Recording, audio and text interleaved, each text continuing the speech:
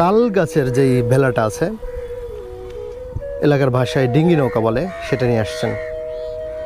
ভাই মাছ পাইছেন?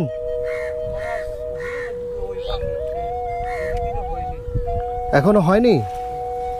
কি বলেন? কি মাছ এগুলো? খয়রা মাছ। দেখি কতটুকু। আচ্ছা, খুব বেশি না তো?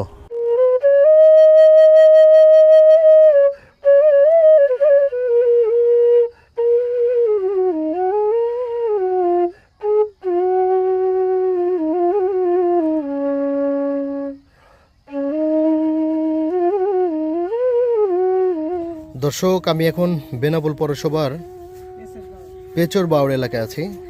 বাউড়ের পাশে যে গ্রামটি রয়েছে সেখানে আমরা দেখতে পাচ্ছি যে এই কারেন্ট জালটি বাউড়ে রাতে পাতা ছিল, সকালে ওঠানো হয়েছে।